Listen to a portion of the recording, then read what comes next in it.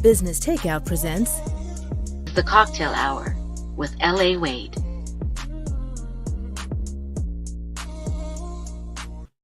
What's up, everybody? It's your girl. This is L.A. Wade, aka Cocktails with L.A., and you are here in the Cocktale Hour, where we have sobering and intimate conversations with our guests, and we have someone very special. It's been a long time in the making, Brione. Well, welcome to the Cocktale Hour.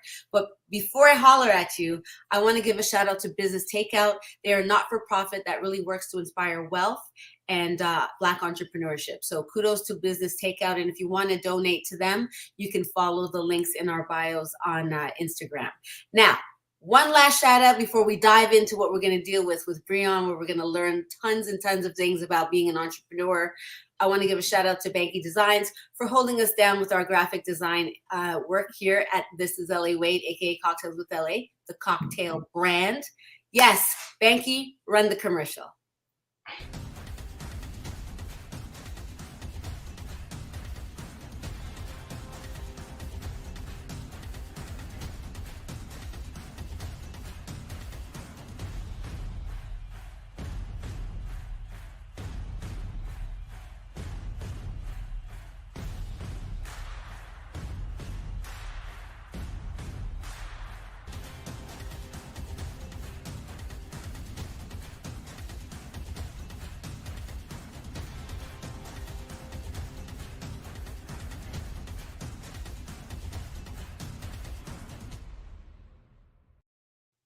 Yes. Big up Banky Designs. And Brione, welcome into the Cocktale Hour. How are you, my friend? I'm good. Thank you for having me. Yeah. So is it true that the hustle never dies? It never dies. You know that.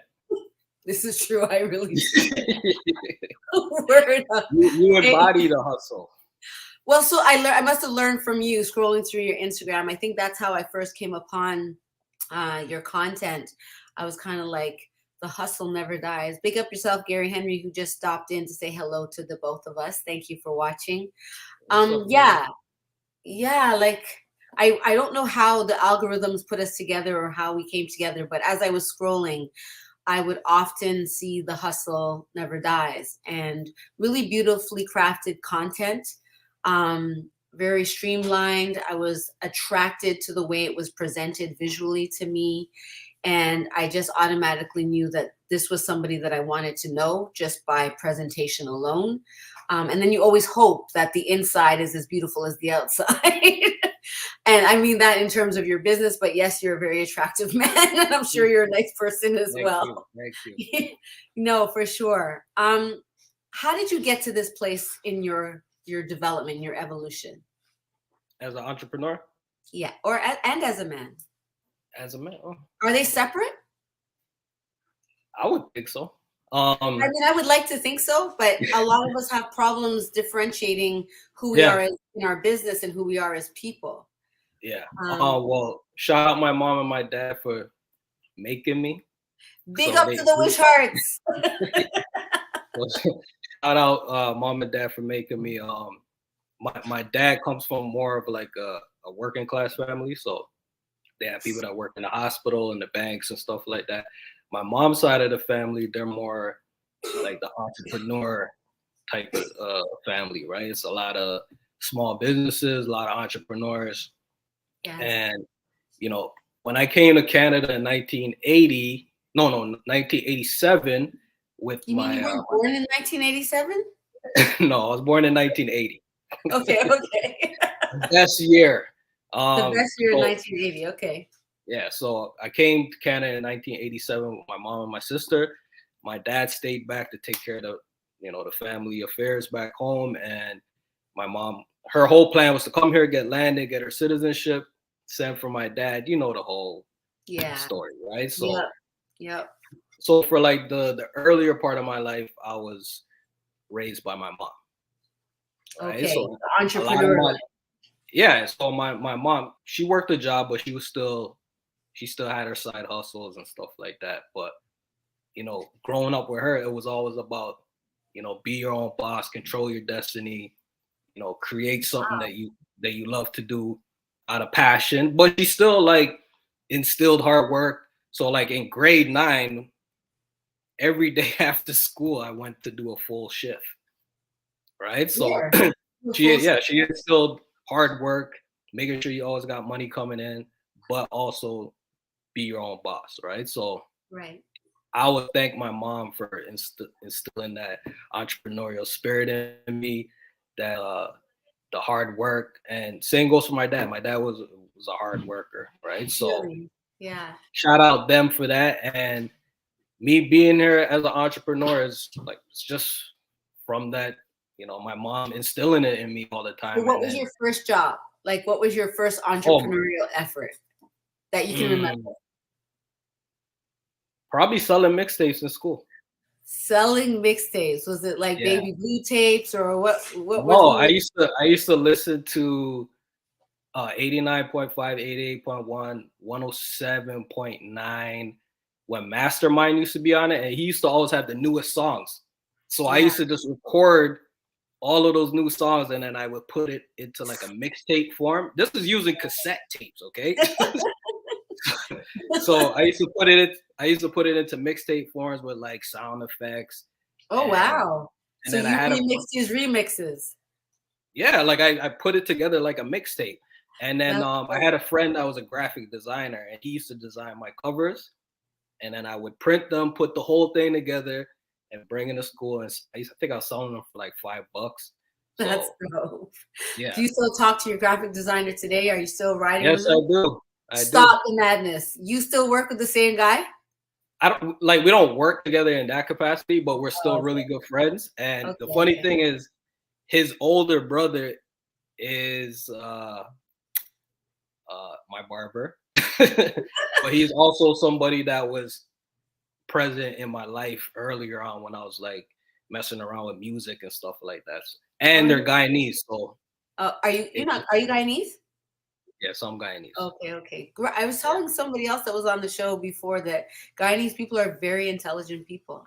I find the ones that everyone that I run into, they either have a high level of being able to absorb colonial education, or they're extremely street savvy and aware of themselves and the environment around them. The ones that I've noticed.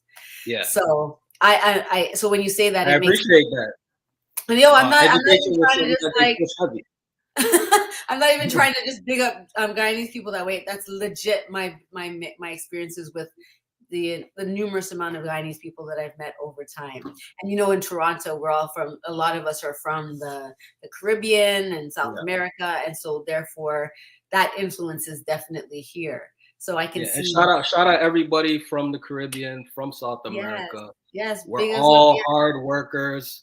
We're all about education and progressing the family and all of that. So shout out all my immigrant hustlers. The immigrant hustlers. The hustle never dies, people. Speaking of the hustle never dies, I also want to I know that there's one of your instrumental entrepreneurial efforts, but you also have Artly Creative Agency. So what are the differences that people need to understand between the two businesses that you run? So Artly Creative is like a collective of creators who come together and we work on projects. So like I could work with you? Yeah, for sure. Oh wow, okay. So if somebody is creative and then they say, oh, maybe the hustle never dies, Artly can help me. What would Artly help that person with? Well, if you're a videographer, a photographer, graphic designer, web developer, even animator or voiceover actor or whatever. Cool.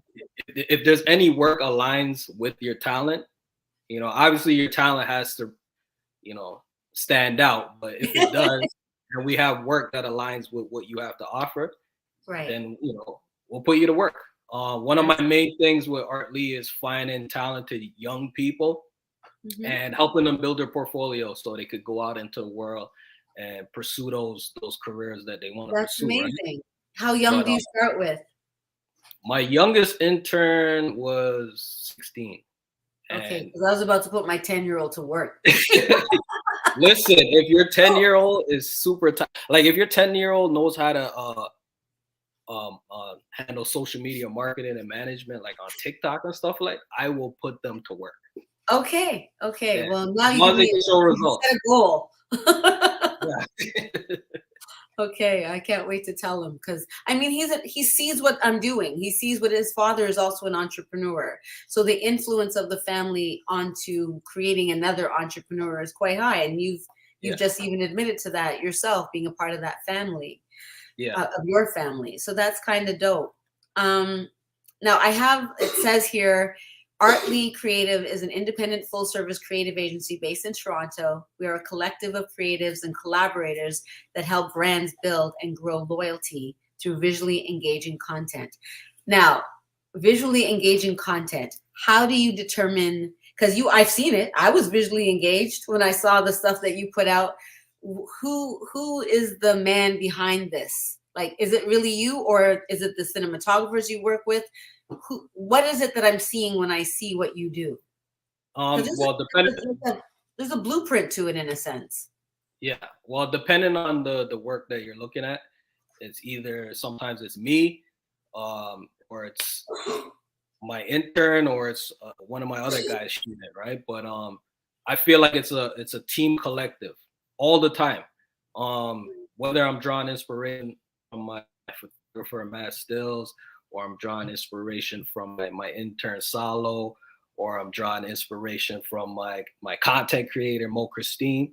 We all come together and we share ideas, and we learn from each other. So if I'm shooting something with Nike or BMW, I'm thinking about what Mo Christine's audience will think of this content, because she's a content creator. She's in that 24 to 30, 35 demo. Millennials. So, yeah, so they understand content on a different level. So we kind of lean on each other to make sure that we put out the best content. Because on the website, like I said, let's create something timeless.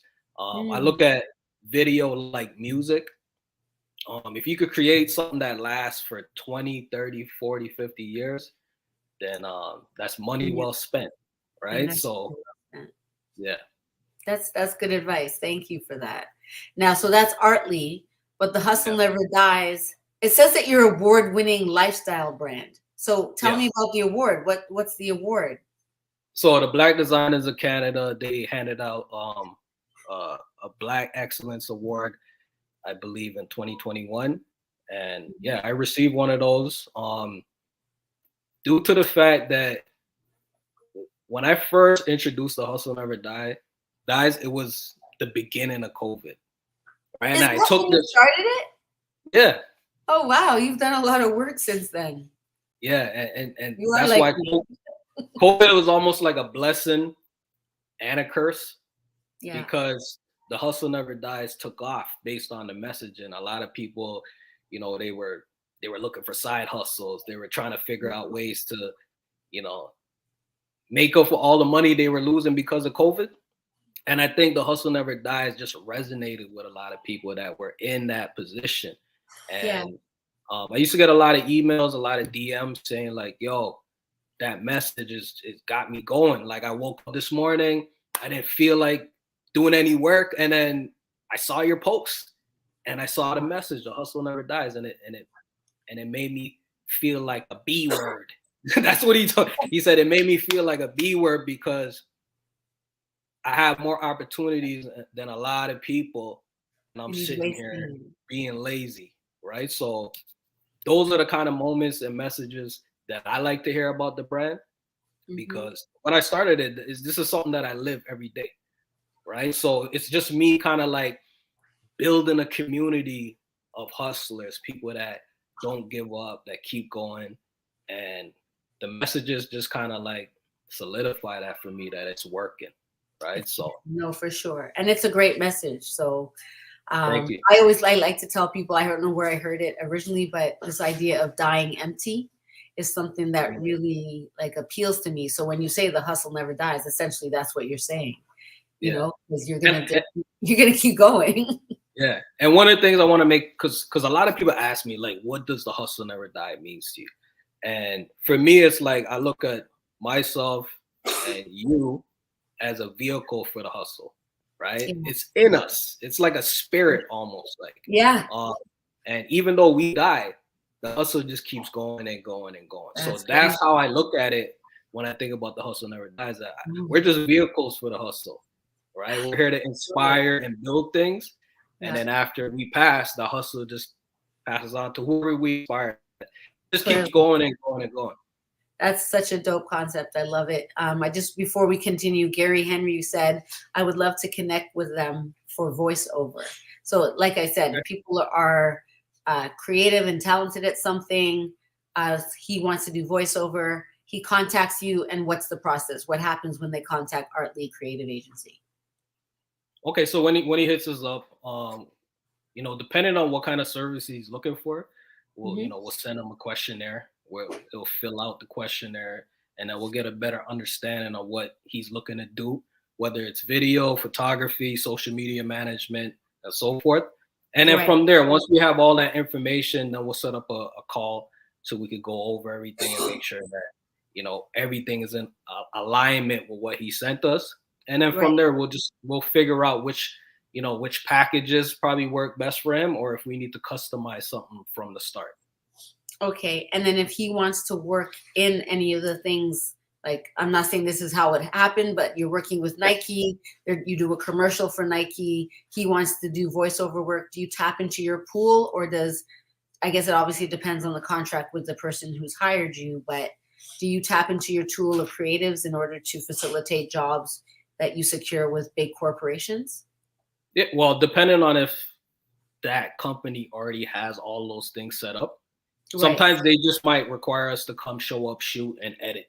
But they already have their own stylists, hair and makeup, voiceover, all animators, all of that stuff. So it all depends on the actual job and the client needs. So, but yeah, like if you're looking to do certain kind of jobs that align with what we offer, just shoot me a message, send me your work, and I'll give you an honest opinion if I think you're ready for some of the clients that we're working with, or if you put some work in. Like when I first met my intern, he wasn't that good, but I saw the potential in it, and I told him, hit me up in 6 months.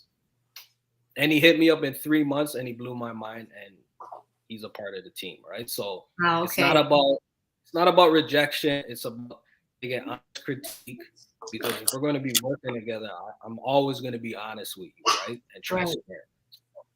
Might as well set that tone from the beginning. And the one thing I always say is, you might not like me now for the things I'm saying to you, but you're going to respect me later when you see what I was saying to you made sense, right? So I'm with you. I'm with you on that one. Now, I want to understand, you've worked with Nike, Porsche, Samsung. I'm not going to go through the whole list. There's a lot of very notable brands that you've worked with. Can you talk to us a little bit about securing those contracts, like from acquisition to final product, for any number of whichever one you want to talk about? Okay. So fortunately, in the beginning, I was able to build my portfolio pretty quick. I was able to connect with people that were already on TV, and being a hustler that I am, I reached out to all of those people that were already on TV, that were already working with these big brands, and I offered my services to them. I said, listen, I don't see you doing any social media content, but if you want to, we could hook up one day and we'll shoot something and see how it turns out, and I'm not going to charge you for it. But for me, it was more important to build the relationship. Right.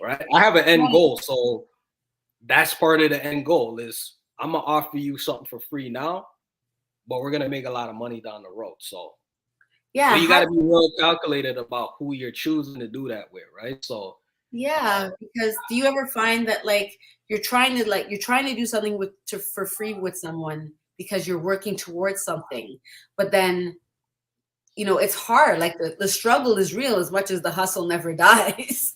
And sometimes, especially when you live here where the opportunities aren't as vast as they are in the United States. So when you're trying to hustle specifically in a creative space and you have to rely on people to help you build what you're building, how do you get through that time where it's hard on everybody because we're all putting in 100%, and then it's like, shoot, I'm still not making any money. People are giving up. They want to walk away from you, right at the crutch of something about to happen. What do you suggest for those entrepreneurs or that whole Don't process? don't give. You gotta go. Listen, you gotta go through hell to get to heaven. Okay. One thing my mom always taught me was like before a diamond or steel becomes something beautiful, it needs to go through like extreme heat, Yeah. right? And some people just don't want to go through that heat. They don't Yeah. want to face the obstacles, the roadblocks. But one thing I believe in is, I don't know how many people are believers in God or spiritual people, but I believe, in order for you to get to that next step or that next level in life, you need to go through some pain. It's just the natural way of life. And I feel like if you're not willing to go through that, you're not willing to be at the next level. Yeah. And so can we Right? talk a little bit about the truth that you have to face within yourself to also get to the next level? Because Yeah. I've had some moments in the mirror of my life where I'm like, okay, I'm humbled. Tell me about a time where you got humbled to help you get to the next level. That's a good question. Don't worry. God, humble. I think COVID. Yeah, COVID right? was a humbling moment for me because before COVID, my sales were doubling every single year. So That's for amazing. the first year we did I think like 80,000 in sales, and then the second year it was like 160,000, and I was on the way to just tripling that, right? And Yeah. COVID hit, and I was like, okay, I'll be able to brace the storm. I was able to pivot, and then we started doing a lot of live streaming to TV networks like Maryland Dennis, Breakfast Television, and like a bunch of other ones.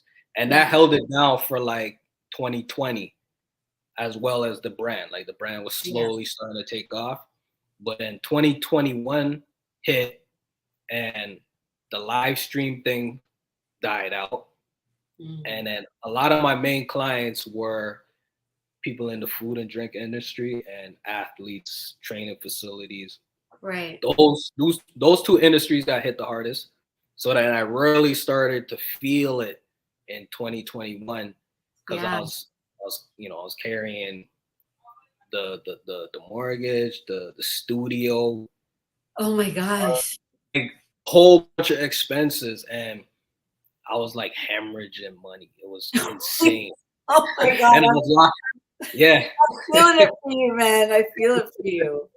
But Um, it was a lesson learned, and now I know like when that opportunity presents itself again for me, because I had to shut down my studio. We had that big winter storm, and then the whole studio flooded. It oh was my just like too God. many signs to say like just shut down shop. You'll always be able to come back in a year or two and have another space. So I just Yeah. I took the lesson. I'm not gonna say the defeat, but I took the lesson and I just kept it moving. I wish Yeah. I did it earlier, but now moving forward, when this situation's happen again, I could see the signs ahead of time and Yeah, you know. learn from it. Yeah, You yeah. learn from it. Yeah, I was thinking, and big up yourself, Oliver, for the hands, the praise hands.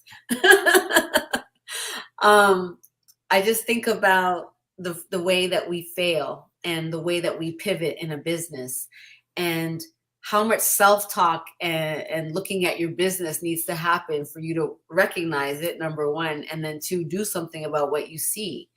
And as a new entrepreneur, you can't prepare yourself for that, but you have to be adaptable. And I think it was Gary Vee that was talking about a particular blueprint for the modern entrepreneur.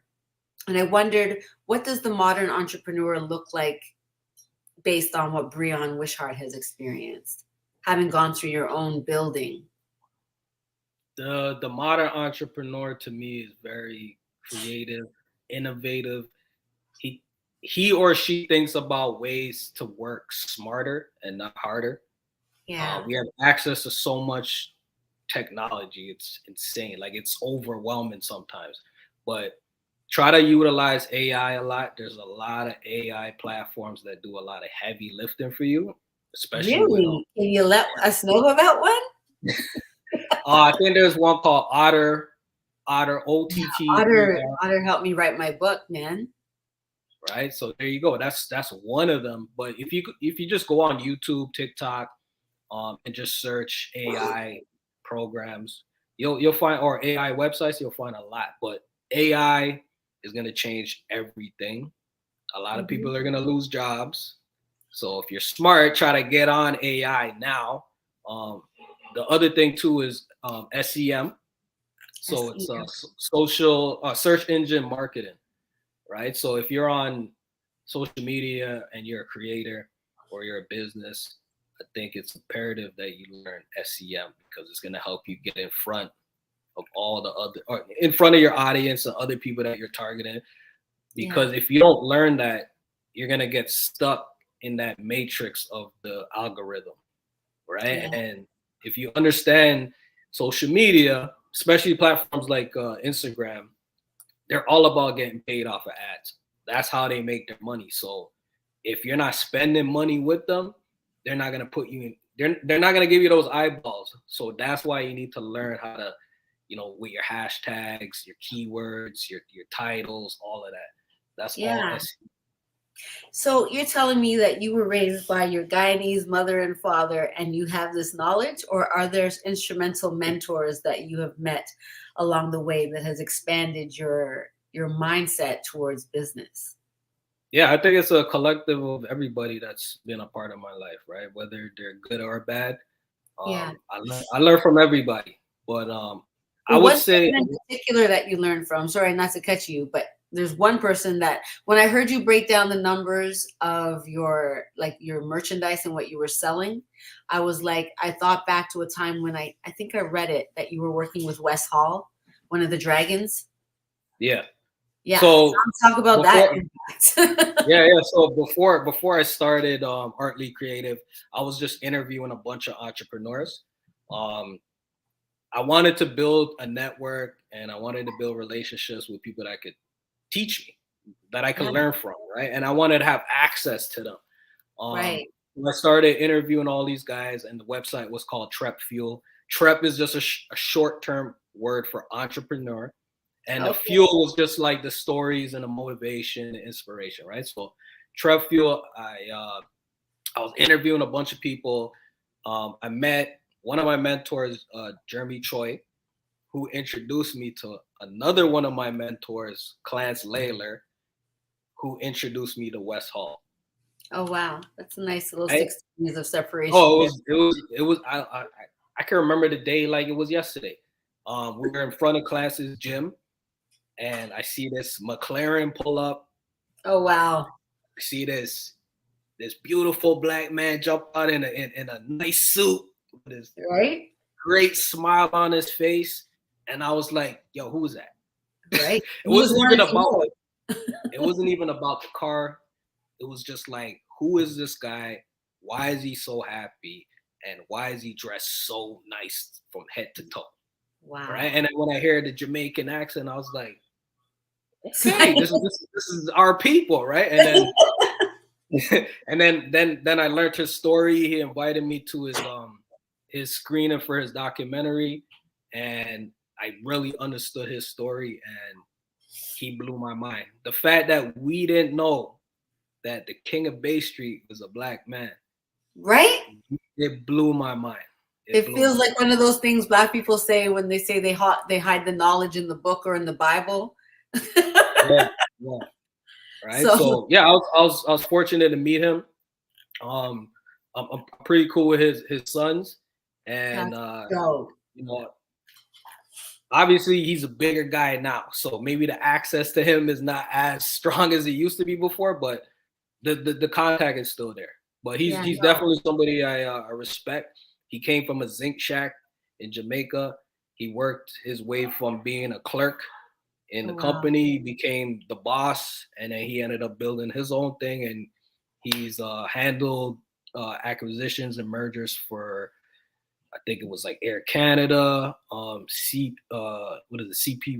Rail, the Burger King Tim Hortons deal. He was the one behind that.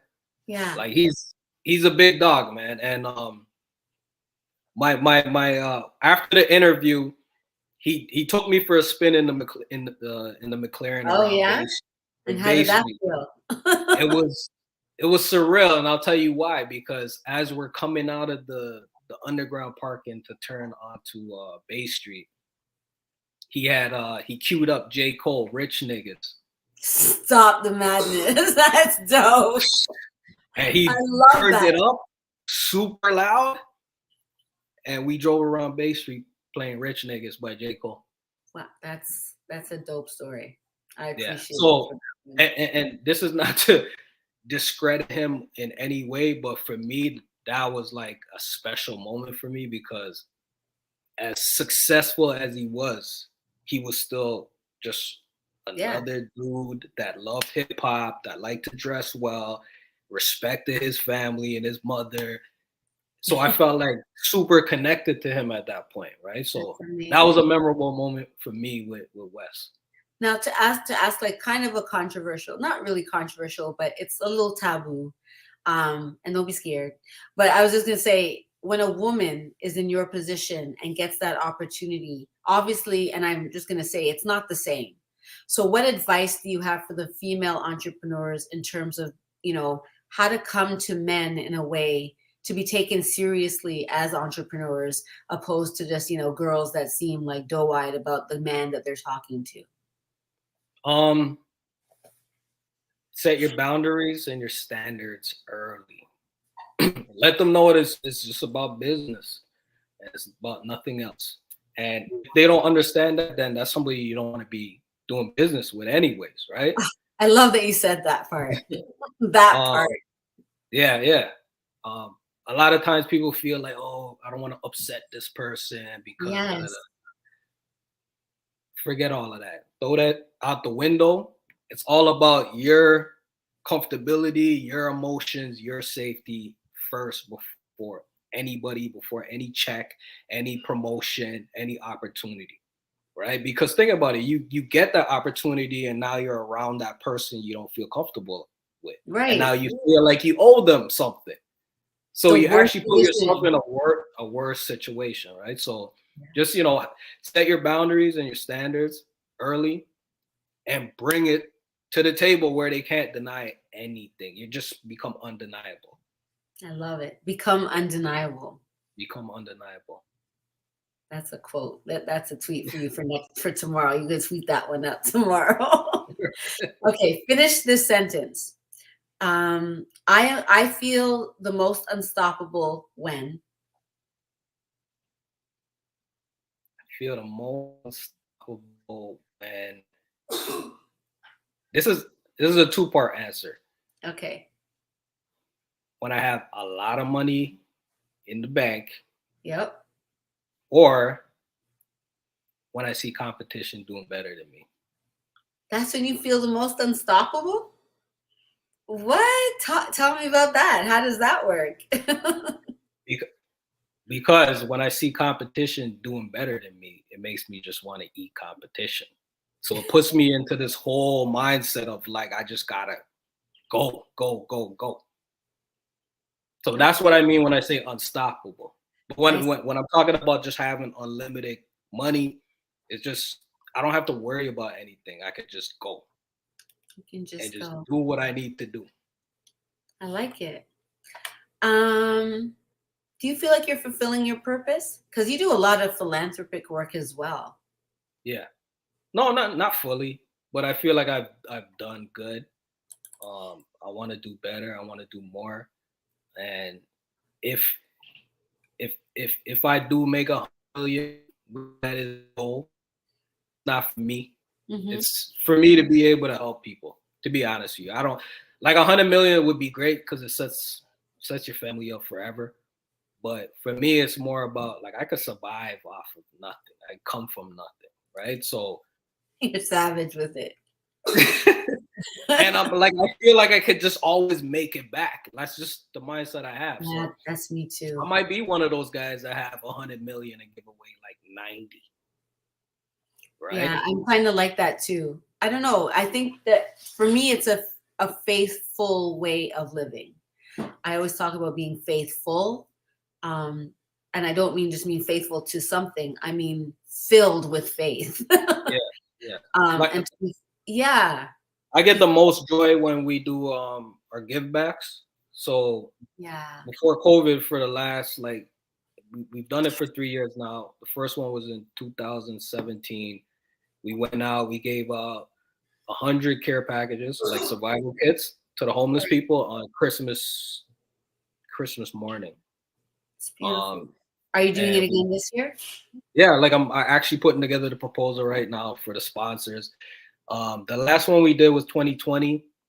We assembled and distributed 550 meals to homeless shelters. I was super proud about that. We worked with Quell. Quell is like a BIPOC agency. They do amazing work. So we partnered with Quell. They had about 5 chefs. It was chefs from different backgrounds, ethnicities, and we put together this one meal that I'm sure filled a lot of stomachs that they would love, right? So every year moving forward, I want to just double that number. So if we did 550, you already know I want to do 1,100 next year or this year. So the goal is to at least hit that 500 mark or hit 1,000. So yeah, that's when I get the most joy, when I feel like I'm helping somebody that's in a bad situation, or if I could smile on their face just for a moment, even if I could just take them out of that dark space for a moment, with food, with conversation or whatever. That's what I get the most joy out of. Right. Yeah, man, that's really good, because I know you did some work with Jean Augustine. Yeah. And I love Jean. I call her Auntie Jean. And the reason why I call her Auntie Jean is because when she moved to Canada, she was actually roommates with my mother. Wow. That's crazy. I know, a little, tidbit about LA is that her mother was a roommate with Jean Augustine when she came to Canada from Grenada. Yeah. And so I call her Auntie Jean because our children, their children, including myself, we did African dancing at this troupe called Chisamba. And I always feel like this sense of pride connected to Jean Augustine in that way. I didn't grow with her, but I definitely got to a certain point and was interacting with her children in this time.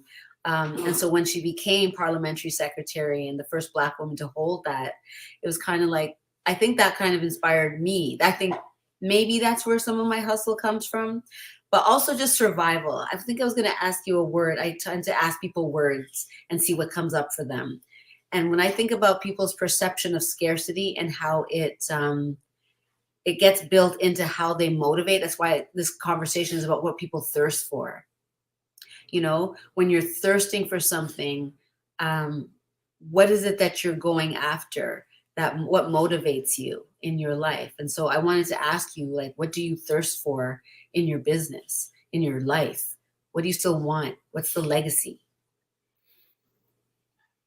The legacy is to build 4 or 5 sustainable businesses that just kind of work on their own, right? And I think tech being available to us the way it is right now, I think I'll be able to accomplish that.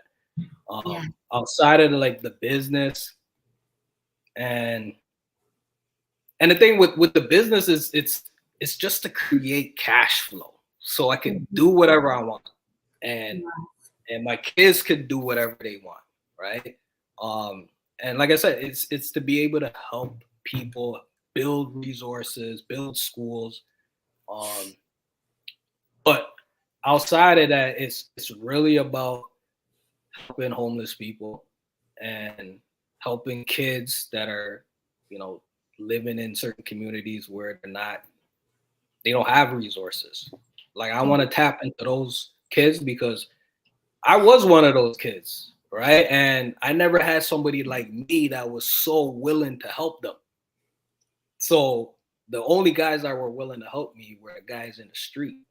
And those guys, they weren't trying to help me. They were trying to help themselves, right? So for me to have the resources, the relationships I have, the knowledge, the experience, to be able to help kids that want to do good, that are Mhm. just stuck in a situation where they just can't do any better.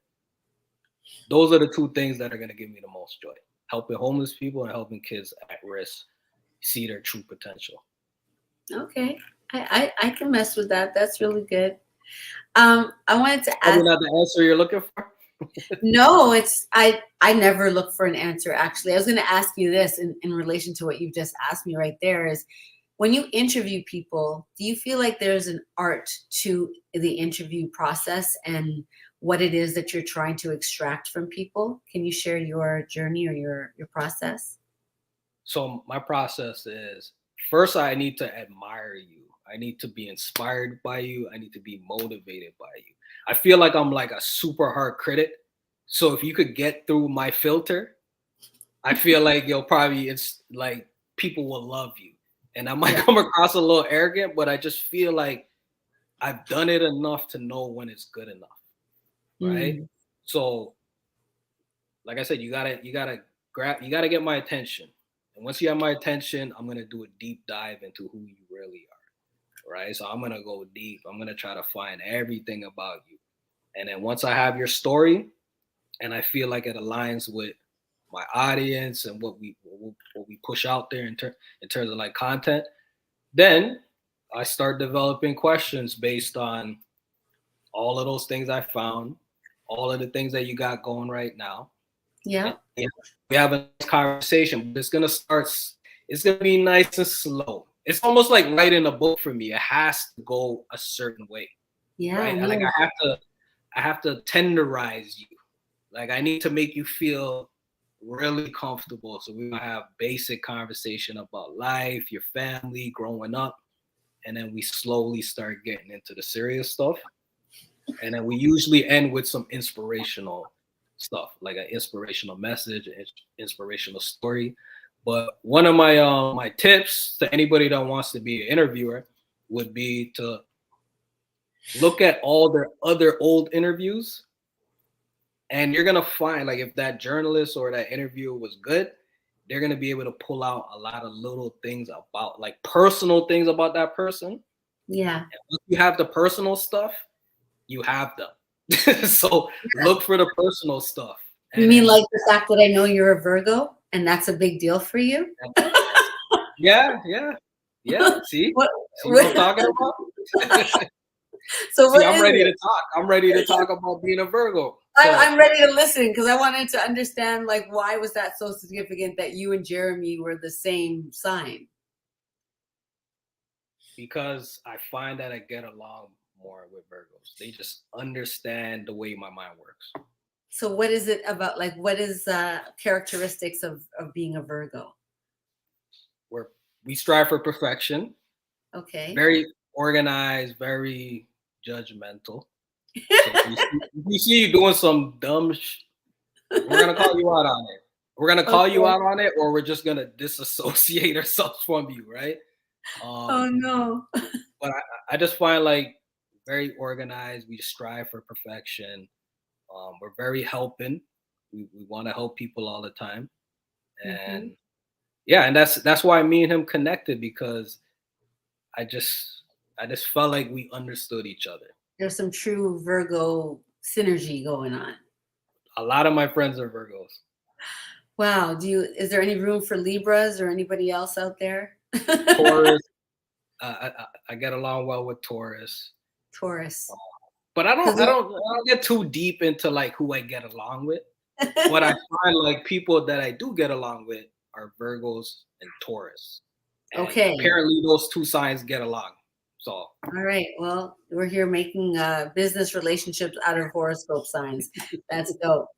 Um, I also heard you mention in a different interview about when you hit a place of depression in your entrepreneurial journey. And a lot of us will hit that place, but we might think of ourselves as lazy or like, distracted or not focused. But those are harsh ways of talking about ourselves and how driven we want to be. But depression is a very real thing. Can you talk about your journey with depression and then what happened on the other side? yeah, so before I got into media and being like a full-time entrepreneur, I used to be in the music industry. So I used to manage artists, producers, songwriters. And after a while, I just felt like the industry wasn't a good fit for me. There was a lot of opportunists, a lot of shady stuff that's always happening. Right. So after a while, I just, I messaged everybody and I told them, like, listen, I'm done. You guys are going to have to find somebody else to do this because I'm done. Because one of the things that I found was I was working harder than the artists for their dream. And one thing you never want to do is be working harder than the person that you're supposed to be representing, right? So that part. Yeah, I stepped away from that game because I was in it for a couple of years and that's all I was doing. It took me a minute to kind of figure out what my next step was. And because I was having a hard time figuring that out, that's what depression just kind of took over. I started doubting myself. I'm like, I don't have ideas. I don't have that drive, that motivation anymore. And then you start looking at yourself as like you start really questioning yourself, like your capabilities, your potential, and you get to a place. Well, I got to a place where I felt like I just literally had like a dark cloud just following me everywhere I went because all my ideas just felt like suppressed. Like I couldn't get anything out. And then, you hit rock bottom and then you get humbled and you recalibrate and you start prioritizing your purpose. Right. So like I had to really sit down and be like, yo, listen, man, I gotta get my shit together because of these things. So what I would say to somebody that's going through depression, what worked for me was I needed to occupy my mind with something that was interesting to me.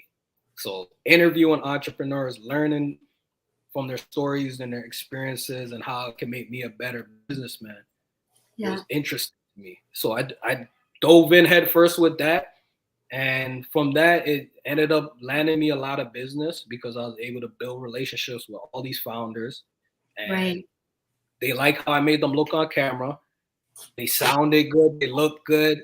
And they're like, yo, could you shoot a video for my company? Could you do group photos? Can you do our web design? Da, da, da, da. And then from there, that's what happened. So you just kind of like have to figure out what do you really want to do? Occupy with it, because when you're not occupied and you're going through depression, it's the worst thing.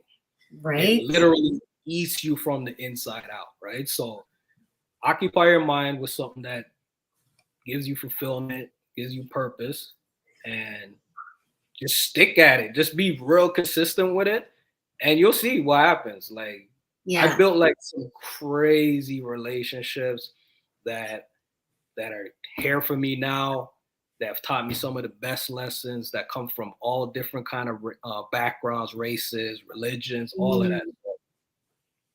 You got to go through some pain sometimes to get to that next level. So those are my tips for getting through it.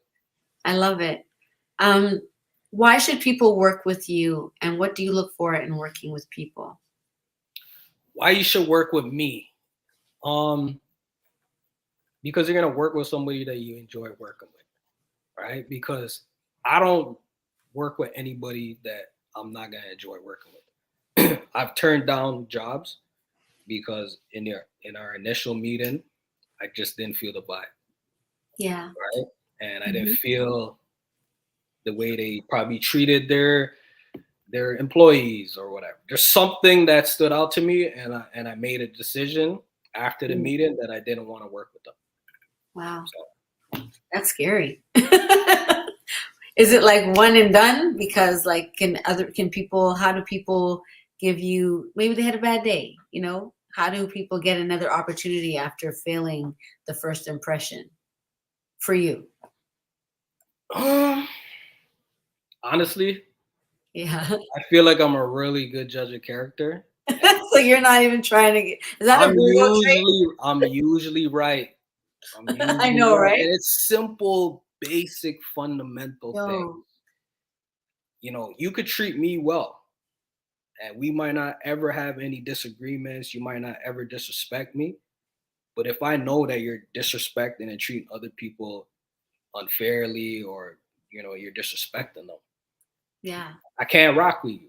Like, Okay. Because you know that trait exists within them. exactly. So it's Yeah. not about our relationship. It's about all the relationships you have with people and how you treat everybody. Like, I'm gonna treat the janitor the same way I treat the CEO, right? Yeah. Because it's about respect.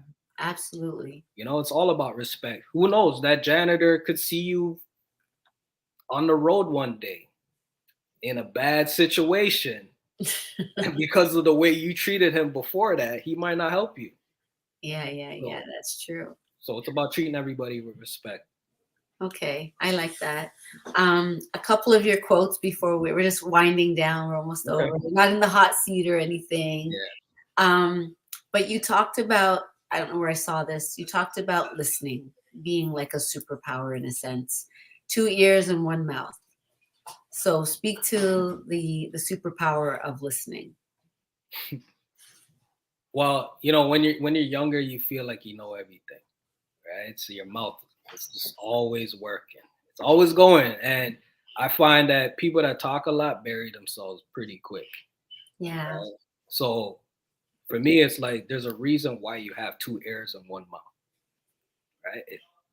The best thing you could do is listen, right? And listen to people fully and be very present when you're listening to them. Yeah. Don't just listen to respond, because that conversation is not going to go anywhere. So if you're truly going to have a genuine conversation with somebody, communication is key. You have to listen and be present, and then you give your answer. Don't cut people off. Don't try to make them feel smaller before the conversation starts. Have that conversation openly, like this, literally, not like this. Yeah. Right? So I feel like if you want to make anything work, whether it's your relationship, personal or business, you gotta have communication. You gotta be honest. You gotta be transparent, and at the same time, you gotta be understanding. Right? Not a lot of people are built like you or me. Some people need a little more time to get over things. Yeah. So it's just working with how their process is and trying to be patient and understanding as well. But listen more than you talk, because you'll find out more things when you listen. Yeah. You'll find out and learn more things when you listen. Yeah, I it was really hard for me to do that in the beginning because so much of my trauma kept me in the mindset of a child. Yeah. I think a lot of people that look like us have these trauma and these trigger points that we think we're interacting with people with what we expect or see, but we don't know what's going on the inside. And so when people are, and that's why I might be more willing to give another chance to somebody who shows up in a certain way, just because, but they might just disappoint you anyway. So you got to be able to understand, how much to invest in somebody based on what they're showing you. I guess that's. Listen, let me clarify this. Like, even though we don't do business together, yes, that doesn't mean that I hate you, that I never want to talk to you again. It just, that's not gonna work out for us. In terms but of that business. Doesn't mean that I'm not gonna see you in public and not be civil or cordial. Like, yeah, it's just business. Like, some people just don't know how to separate business and personal, right? So I'm able to do that. Well, so many of us manipulate our friendships to make people feel like they're friends when they're really just trying to be business people with them without a contract. So that's the music industry. Yeah, that's a lot of industry. Yeah. that's a hustle in and of itself that a lot of people are really good at. But I digress. It's coming to that time. We can talk about that another time. But I want to know 2 more things. Are you living the life you love, and what's next for you? I'm not living the life I love. Not yet. Okay. Right? There's a couple of boxes that need to be checked off. Okay. But then I feel like I'll never be satisfied. There's always going to be something else that I want to accomplish, that I want to build, that I want to do. So I'm happy right now. I'm here. I got opportunities. I got people that support me and love me. So I'm happy. Okay, But things could be better. things It's just can the always way be my better. mind works, right? I'm always pursuing something. Yeah. So what's next? What's next? My goal is to really build out the brand. The Hustle Never Dies brand or the Artly? Yeah. Okay. Both brands, but there's a lot of potential with the brand growing. And my next step is just to bring it to the US.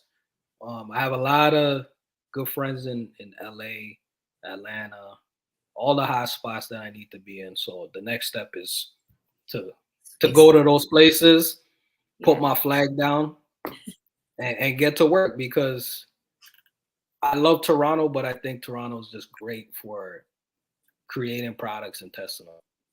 I don't think you're gonna, unless you're a brand like Roots, which is Canadian focused brand. Mm-hmm. I don't think you're gonna do 100 million in Canada, right? I think you have to go to the US. So the next step is taking the brand to the US. I've done some work in the US with Artly as well, and I find working with Americans a lot of fun, and they understand hustle, they understand business a little better, and I look forward to taking both the Hustle Never Dies and Artly to the US in the new year and just expanding the business more. I love it. You mentioned somewhere about it not being a sprint, it's a marathon. And I didn't know if a little Nipsey Hustle was in there for you. But I feel like if you're going to stay and try to become an entrepreneur in Canada, you're definitely on the marathon route and like maybe ultra marathon route. Yeah. But if you're willing to go to the US, there could be like a sprint that you can actually, come up and surprise people who normally win in that space. Yeah. And I've seen people do it. I've seen some of my close friends take their business from Toronto, go to San Francisco, go to LA, go to all these different places and scale them. Yeah. Right. I'm not saying everybody has that same ending, but no, for sure. A lot of the guys that I know that are serious about business, discipline, they go to the US and they do their thing. Yep, it's true. Okay, so how do we reach you? So you can check me out at Brione Wishart on Instagram, Facebook, LinkedIn. You can go to thehustleneverddies.com. Check out our gear, our videos, our ambassadors, all the cool things we're doing. And then you could go to Artlee, ARTLEE.agency, and you can see some of the work that we've done with brands like Nike, BMW, Le Germain Hotel, and so forth. The one on Mercer Street, or the one by the one. There was it was the one on Mercer Street. No, on by the sky, by the by the ACC. Yeah, I love that hotel. it's really nice. Really great. It's really great. Brione, thank you so much for doing this interview. I didn't know if we were going to be able to make it happen because there's been so many starts and stops, but God knows the timing that needed it to be. And so this was perfect. Thank you so much for your wisdom, your drive, and your hustle. I definitely appreciate it personally. You definitely inspire me. So thank you so much.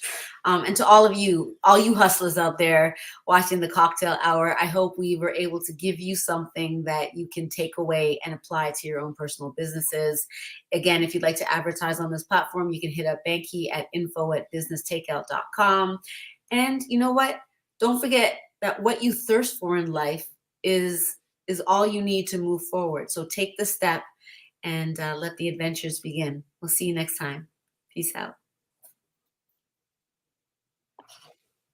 If you enjoy our programming and want to help support Black entrepreneurship, please donate today. www.businesstakeout.com/donate.